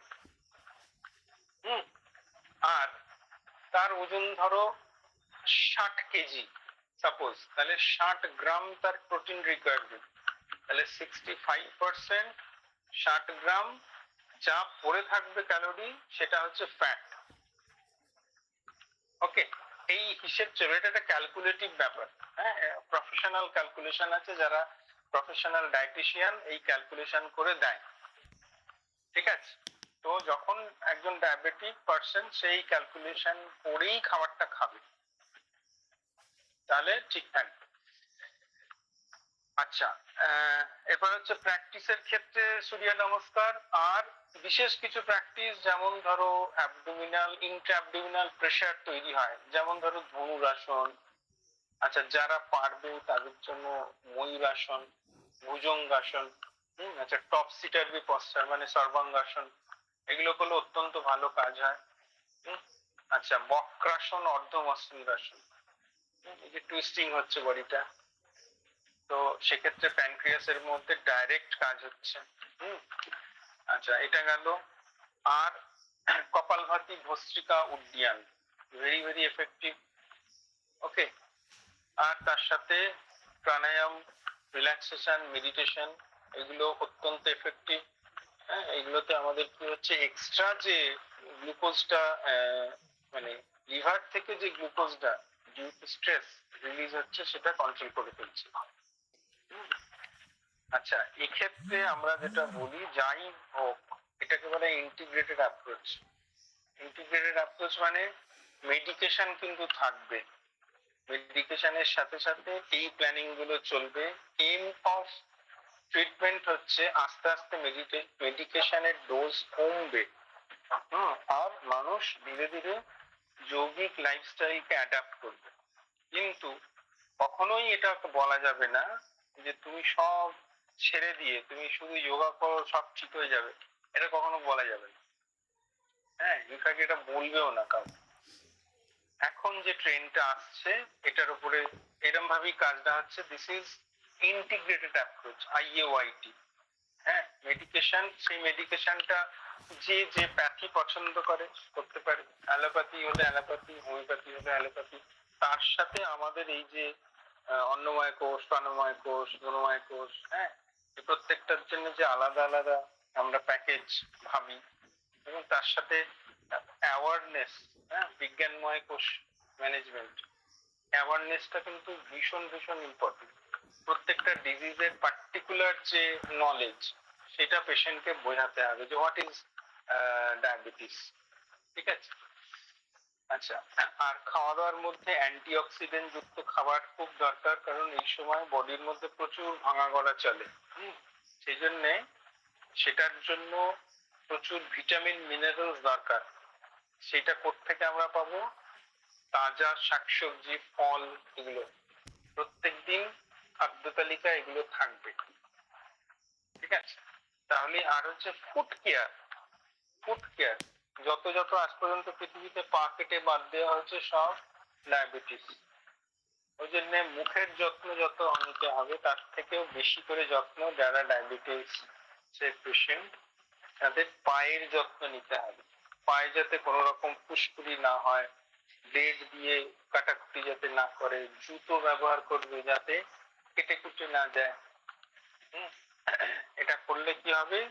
তা না হলে কেন ইনফেকশন অনেক চান্স অনেক বেশি। ডায়াবেটিস হলে কোনো একটা ঘা চট করে শুকোতে চায় না এবং সেখান থেকে কিন্তু একদম গ্যাংগ্রিন হয়ে যাওয়ার সম্ভাবনা থাকে। সেই জন্য অ্যাম্পুটেশনের দরকার পড়ে। ওই জন্য এইগুলো সব মানে অ্যাওয়ারনেস এর প্রোগ্রাম। অ্যাওয়ারনেস তোমাকে এগুলো বোঝাতে হবে, বলতে হবে, লক্ষ্য রাখতে হবে।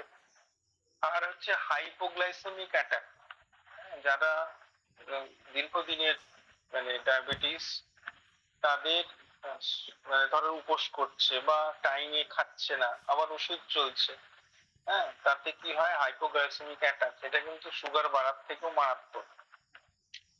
সঙ্গে সঙ্গে ফেইন্ট হয়ে অজ্ঞান হয়ে পড়ে গিয়ে বড় কিছু বিপদ ঘটে যাবে। ওই জন্য একটা প্রিন্সিপাল মানা হয়, it's small, frequent and slow. 3.5 ঘন্টা বাদে বাদে কিছু খেতে হবে।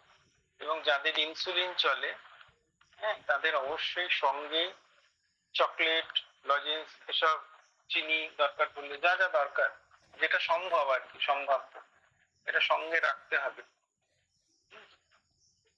তো এইগুলো হচ্ছে অ্যাওয়ারনেস এর ব্যাপার। অ্যাওয়ারনেসটা মানে এটা একটা টিম ওয়ার্ক। ওকে, তাহলে একসাথে এক্সারসাইজ প্ল্যানিং করবে, ডায়েটের প্ল্যানিং করবে, সচেতনতা বাড়বে। একটা ডিসিপ্লিন লাইফের মধ্যে থাকলে ডায়াবেটিস কন্ট্রোল হয়ে যাবে, কন্ট্রোল হয়ে যায়ও, এবং এটা রিসার্চের মাধ্যমে প্রুভ। এবং সমস্ত এক্সারসাইজের সাথে যোগ, মেডিটেশন, প্রাণায়াম এটা মাস্ট। কেন? হাঁটলে, অন্য সমস্ত এক্সারসাইজ করলে মানসিক শান্তি আসে না, কিন্তু ওইটা প্রাণায়াম, রিল্যাক্সেশন, মেডিটেশন এটা করলে ওই জায়গাটা আসবে একসাথে। আচ্ছা, তার সাথে আমরা আরেকটা জিনিস করাই যে ওয়েট বিয়ারিং প্র্যাকটিস। যত বেশি ধরো ওজন নিয়ে প্র্যাকটিস করবে। এবারে আসনের ক্ষেত্রে কি হয়? বডি ওয়েটটা আমরা ইউজ করছি, বডি ওয়েটটাই কাজে লাগছে। সেক্ষেত্রে আপনি আলাদা ওজন নিয়ে, জলের বোতল নিয়ে প্র্যাকটিস করাতে পারো। যত বেশি তুমি মাসেল কন্ট্রাকশন, রিল্যাক্সেশন, কন্ট্রাকশন, রিল্যাক্সেশনের মধ্যে থাকবে, তত ওই যে সেলের মধ্যে যে ধরো মানে যে এক্সচেঞ্জটা হচ্ছে সেটা অনেক ইজি হবে এবং রিজেনারেট করবে সেলগুলো প্রত্যেকটা। ব্যাস, এই রিজেনারেট করা মানেই তুমি আস্তে আস্তে কন্ট্রোল হয়ে যাবে। ওকে, আচ্ছা, এটা গেল ডায়াবেটিস। এরপরে আমরা ছোট করে হাইপারটেনশন বলি। হাইপারটেনশন মানে হচ্ছে যে আমাদের যে ভেসেলস গুলো আছে, সেই ভেসেলস গুলোর মধ্যে রক্ত যে পার্শিয়াল প্রেসার দেয়, সেটাকে আমরা বলি হাইপারটেনশন। ওকে, এবারে এই হাইপারটেনশনের কারণগুলো কি কি হতে পারে? হাইপারটেনশনের কারণগুলো মেইনলি, এখানেও ওই যে ব্যাপারগুলো এতক্ষণ শুনে এলে সেগুলো অনেকটা কাজ করবে।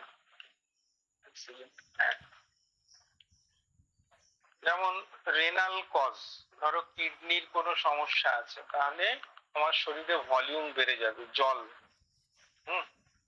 আচ্ছা, এন্ডোক্রিনাল কজ মানে ধরো ডায়াবেটিস হয়েছে বা হরমোনাল ডিস্টারবেন্স হয়েছে, সেক্ষেত্রে হবে। কনজেনিটাল মানে জন্মগত কোনো একটা কিছু সমস্যা আছে, সেক্ষেত্রে হতে পারে। আচ্ছা, ভেসেলস এর সমস্যা, ভেসেলস মানে একে বলা হয় অ্যাথেরোস্ক্লেরোসিস। অ্যাথেরোস্ক্লেরোসিস মানে যারা ধরো ফ্যাট বেশি খায়, প্রচুর এক্সেসিভ তেল ঝাল খায় এবং প্রচুর টেনশন করে, তাদের রক্তে কোলেস্টেরল বেশি হবে। রক্তে যখনই কোলেস্টেরল বেশি হবে, সেই ফ্যাট গুলো রক্ত শিরা উপশিরার মধ্যে এরম ভাবে সাইডে জমতে শুরু করে। এটাকে আমরা বলি অ্যাথেরোস্ক্লেরোসিস। তো যখনই জমতে শুরু করবে এই যে লাইনিংটা মানে শিরা ভেসেলস গুলোর ইলাস্ট্রিসিটিটা রিডিউস হয়ে যায়। যখন ইলাস্ট্রিসিটি রিডিউস হয়ে যাবে আর স্পেস ছোট হয়ে যাচ্ছে, ক্রমশ স্পেস ছোট হয়ে গেলে এখান দিয়ে রক্তটা যাচ্ছে, তার চাপটা কি হচ্ছে, বাড়ছে। তাহলে এটা একটা খুব সিরিয়াস কজ। ঠিক আছে, এটা একটা বিষয়। আর হচ্ছে মেইনলি যেটা দরকার জানা, সেটা হচ্ছে যে সিম্প্যাথেটিক সেন্সিটিভিটি। এর আগেরটা কি ছিল? Parasympathetic sensitivity. এখানে হাইপারটেনশন হচ্ছে sympathetic sensitivity. Normally sympathetic action active হলে কি হয়? হার্ট রেট বাড়ে, প্রেসার বাড়ে। ঠিক আছে, এবারে যে সবসময় এরকম ভাবে থাকে তাহলে তার ক্রনিক হাইপারটেনশন হবে, এবং হাইপারটেনশন হওয়ার ফলে বিপদ কি কি হতে পারে? অনেক কিছু হতে পারে, স্ট্রোক হতে পারে। সুতরাং আমাদের তাহলে যৌগিক ম্যানেজমেন্টের এরিয়াটা হচ্ছে reduce stress and parasympathetic nervous system activation. তাহলে যখনই আমরা প্যারাসিম্প্যাথেটিক নার্ভাস সিস্টেমকে অ্যাক্টিভ করে দেবো, তখনই কি হবে? অটোমেটিক্যালি মাসেল গুলো লুজ হয়ে যাবে। মাসেল লুজ হয়ে গেলে পেরিফেরাল রেজিস্ট্যান্স কি হলো? কমে গেল। তাহলে পেরিফেরাল রেজিস্ট্যান্স কমে গেলেই হাইপারটেনশন সঙ্গে সঙ্গে কন্ট্রোল হবে। আর কি? ভেগাস নার্ভ স্টিমুলেট হচ্ছে।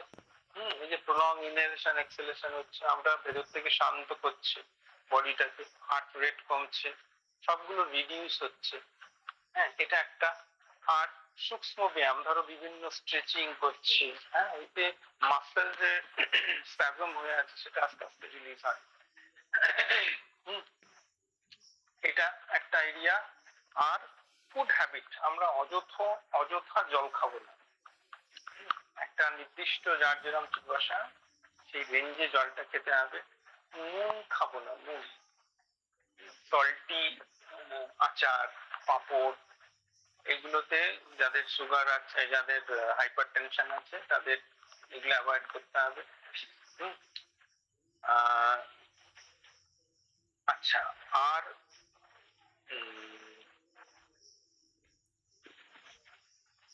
হ্যাঁ, ওয়েট ম্যানেজমেন্ট। ঠিক আছে, ওজন বেশি মানেই শরীর হার্টকে অনেক বেশি খাটতে হবে। ওই জন্য ওজন বেশি মানে তাদের হার্টের ডায়ালেটেড হার্ট হয়ে যায় একটা সময়। হ্যাঁ, সেক্ষেত্রে প্রেশার বাড়বে। সুতরাং ওজন কমাতে হবে।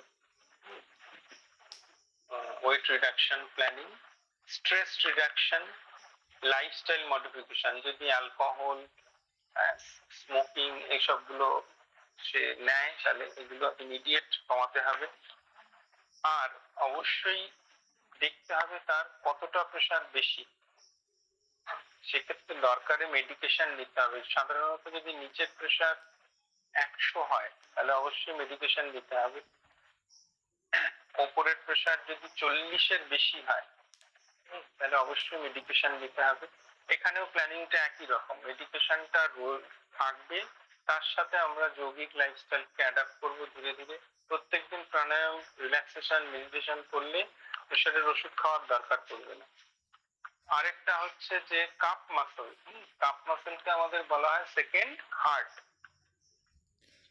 আমরা যদি হাঁটি বা কাপ মাসলের এক্সারসাইজ করি, তাহলে পেরিফেরি হার্ট থেকে বডির মধ্যে কি হয়? Heart to periphery. কিন্তু যারা সেডেন্টারি লাইফ স্টাইল লিড করে তাদের পেরিফেরি টু হার্ট এটা খুব কম হয়। কিন্তু যখন তুমি হাঁটবে তখনই periphery to heart, heart to periphery, এই যে একটা এক্সচেঞ্জ, এটা খুব ভালোভাবে হবে। হ্যাঁ, এবার এক্সচেঞ্জ বেশি হওয়া মানে বা ঠিকঠাক হওয়া মানে সার্কুলেশনটা খুব সুন্দর মেনটেন হবে। ব্যাস, সার্কুলেশন মেনটেন হওয়া মানেই পার্শিয়াল প্রেশারটা আর ব্লক হতে পারবে না। এবং ইয়াং এজের যে হাইপারটেনশন, সেইটা ডাক্তাররাও কিন্তু, কার্ডিওলজিস্ট প্রথমে ওষুধ দিতে চান না। প্রথমে বলেন একটু যোগা করুন, একটু হাঁটাহাঁটি করুন, একটু খাওয়াটা কন্ট্রোল করুন, কেন?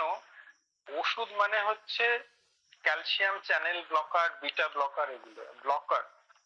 সেই ব্লকার গুলো ড্রাগ রেজিস্ট্যান্স তৈরি করে একটা সময়। ওই জন্যে ধরো 30 বছর 40 বছর, হ্যাঁ, এই ধরনের এজকে চট করে ওষুধ দিতে চায় না, আগে হাঁটাহাঁটি করে দেখে যে কমছে না। ঠিক আছে, সেক্ষেত্রে এইটা। আচ্ছা, এক্ষেত্রে কিন্তু কার্ডিও এক্সারসাইজের ব্যাপারটা বুঝতে হবে। হ্যাঁ, তুমি যদি প্রচুর কার্ডিও এক্সারসাইজ করো সেটা কিন্তু হাইপারটেনশনের জন্য ভালো না। তোমাকে মডারেট এবং মাইল্ড লেভেলের কার্ডিও এক্সারসাইজ করতে হবে। তবেই হার্টটা periphery to heart, heart to periphery. যেমন কার্ডিও মডারেট কি, সেটা ধরো হাঁটা, বা আমাদের যে সমস্ত এক্সারসাইজ গুলো আছে যোগের, ধরো মুভমেন্ট ওরিয়েন্টেড প্র্যাকটিস। হ্যাঁ, ধরো সিঙ্গেল লেগ উত্থান পদাসন করছো, ভুজঙ্গাসন করছো, হ্যাঁ, এক পদশালবাসন করছো, তাহলে সহজ সহজ আসনগুলো করলেই সঙ্গে সঙ্গে বডির মধ্যে একটা স্ট্রেচিং হয়, একটা সুদিং ব্যাপার আসে। তার সাথে আমাদের তো আছেই যে প্রাণায়াম, মেডিটেশন। কিন্তু হাইপারটেনশন থাকলে কপালভাতি কন্ট্রাইন্ডিকেটেড, চলবে না। ভস্ত্রিকা কন্ট্রাইন্ডিকেটেড, চলবে না। সেক্ষেত্রে বমনধৌতিও কন্ট্রাইন্ডিকেটেড, এগুলো অ্যাভয়েড করতে হবে। ঠিক আছে, ব্যাস। আর হচ্ছে লিপিড, ডায়েটের মধ্যে লিপিড মানে অতিরিক্ত তোমার রেড মিট, এটাকে অ্যাভয়েড করা, পাকা মাছ এটাকে অ্যাভয়েড করা। আর সুগারটা, এটা তো বললাম। নুন, নুন রেস্ট্রিক্টেড ডায়েট, প্রত্যেকদিন একটু সেই ধরনের সবজি বা ভেজিটেবলস বা ফ্রুটস খাওয়া দরকার যার মধ্যে স্যার হ্যাঁ মাছটা হ্যাঁ কি বললেন? শুনতে পাচ্ছি না কি বলছি। স্যার মাছটা কি বললেন? মাছ কোনটা হেডফোনটা খুললো দিলে শোনা ক্লিয়ার শোনা যাবে। হ্যাঁ, মাছ মানে পাকা মাছ খাবে না। কেন? পাকা মাছে কোলেস্টেরল বাড়বে। ছোট মাছ খাওয়া যেতে পারে, বড় মাছ, হ্যাঁ, বড় মাছ অ্যাভয়েড করা। আর হচ্ছে সামুদ্রিক মাছ খেতে বলা হয়। সামুদ্রিক মাছে ওমেগা 3 ফ্যাটি অ্যাসিড, যেটা হার্টের জন্য ভালো। ঠিক আছে, আর হ্যাঁ, আর অমিতের একটু সাউন্ডটা না ডিস্টার্ব হচ্ছে। হ্যাঁ বলো। আপনি বলেন রেড মিটটা খেলে লিপিডটা বাড়বে, তাই তো? কোলেস্টেরল বাড়বে। কোলেস্ট্রল, ফ্যাট আর লিপিডের মধ্যে তাহলে সূক্ষ্ম পার্থক্যটা কি হচ্ছে? না, ফ্যাট আর লিপিড একই তো। এবারে ফ্যাটের অনেক ইংরেজিতে মানে অনেক ক্যাটাগরি আছে, যেমন কোলেস্টেরল, ট্রাইগ্লিসারাইড, এলডিএল, এইচডিএল, মানে গুড কোলেস্টেরল, ব্যাড কোলেস্টেরল। ঠিক আছে, লিপিডটা কি স্যাচুরেটেড ফ্যাট? আমাদের সবসময়, হ্যাঁ, লিপিড না, এটা নিয়ে অন্য আরেকটা ক্লাস দরকার। লিপিড আর ফ্যাট তো টেম্পারেচারের উপর নির্ভর করে না স্যার? মানে হ্যাঁ, এবারে স্যাচুরেটেড, আনস্যাচুরেটেড ফ্যাটের অনেকগুলো ক্যাটাগরি আছে। তো আমাদেরকে কোলেস্টেরল ইনক্রিজ করে, যেমন এইচডিএল, এটা হচ্ছে গুড। হ্যাঁ, এটা এক্সারসাইজ করলেই বাড়ে। কিন্তু ধরো তুমি তেল খাচ্ছ, তুমি ধরো হাই ক্যালোরি ফুড গুলো খাচ্ছ, রেড মিট খাচ্ছ, তাতে কোলেস্টেরল বাড়ে। ওকে, সুতরাং ওভারঅল যেটা বলা হয়, তোমার ফ্যাট কন্টেন্ট কমাতে হবে, এইটা ওভারঅল। অযথা আমি তেল ভাজাভুজি এগুলো খাবো না। ঠিক আছে, আচ্ছা। আর সবজির ক্ষেত্রে যে সবজিগুলোর মধ্যে তোমার লো সোডিয়াম সবজি, যেমন ক্যাবেজ, লেটুস, স্পিনাচ, নোটে শাক, ড্রামস্টিক মানে সজনে ডাঁটা, এগুলোর মধ্যে পটাশিয়াম বেশি, সোডিয়াম কম। আর যেমন ক্যারোটস, বিটস, এগুলোর মধ্যে প্রচুর সোডিয়াম আছে, এগুলোকে অ্যাভয়েড করতে হবে। ব্যাস, মোটামুটি এগুলো। ব্যাস, এবার নোটটা, হাইপারটেনশনের নোটটা আমি পাঠাইনি, আমি পাঠিয়ে দেবো, এবার করে নেবে। আপনি স্যার আপনি বললেন জল আমরা বেশি খাবো না, অযথা জল ধরুন আমার পিপাসা পাচ্ছে, আমার ঘন ঘন ঘন ঘন পিপাসা, তাহলে আমাকে তো সেক্ষেত্রে তো জল খেতেই হবে, তখন আমি সেটা আচ্ছা, এবারে জলের ব্যাপারটা হচ্ছে, তুমি যদি বোতলে জল খাও, ডক করে জল খেয়ে নিলে ব্রেন কিন্তু বুঝতে পারলো না যে আমার কতটা জল দরকার, ওটা স্থান পরিবর্তন করলো। এবারে স্থান পরিবর্তন করা মানেই হচ্ছে তোমার অসুবিধে, প্রেশার বাড়বে, ঠিক আছে? তো সেক্ষেত্রে তোমাকে পরিমাণে কম কম 2 ঢোক 3 ঢোক করে জল খেতে হবে, আর গ্লাসে করে খেতে হবে, তাতে ব্রেনের মধ্যে বার্তাটা যাবে যে এবার বন্ধ করা দরকার বা এতটা খাবো, ঠিক আছে? এই ওকে, একটু বলো। স্যার আপনি স্যার এইচডিএল বললেন না স্যার, ওই এইচডিএলটাকে কি স্যার হাই ডেনসিটি লাইপোপ্রোটিন বলে মানে, আর এইচডিএল আর এলডিএল দুটো কি? আমার কাছে একটা খুব সুন্দর জিনিস আছে, আমি তোমাদের পাঠিয়ে দেবো, আমি একটু খুঁজে পাই, তাতে এই যে HDL LDL good cholesterol bad cholesterol খুব সুন্দর একটা গল্প করে বলা আছে। স্যার তাহলে পাঠাবেন? আমি পাঠিয়ে দেবো। ওকে, আচ্ছা স্যার, ঠিক আছে, চলো আজকে শেষ করি, আরো কতগুলো ফোন ঢুকছে, আমাকে দরকারি কথা বলতে হবে। স্যার একটু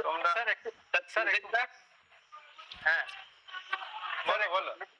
বলছি স্যার, সকালে যখন ঘুম থেকে উঠবো, মুখের মধ্যে যে লালা আমাদের থাকে সকালে, ওইটা থাকবে এবং গ্লাসে করে জল নিয়ে খাবো, লালাটা ফেলবো না, তাই তো? এটা ভালো। আচ্ছা আচ্ছা, ঠিক আছে, ওকে, চলো পড়ো। হ্যাঁ,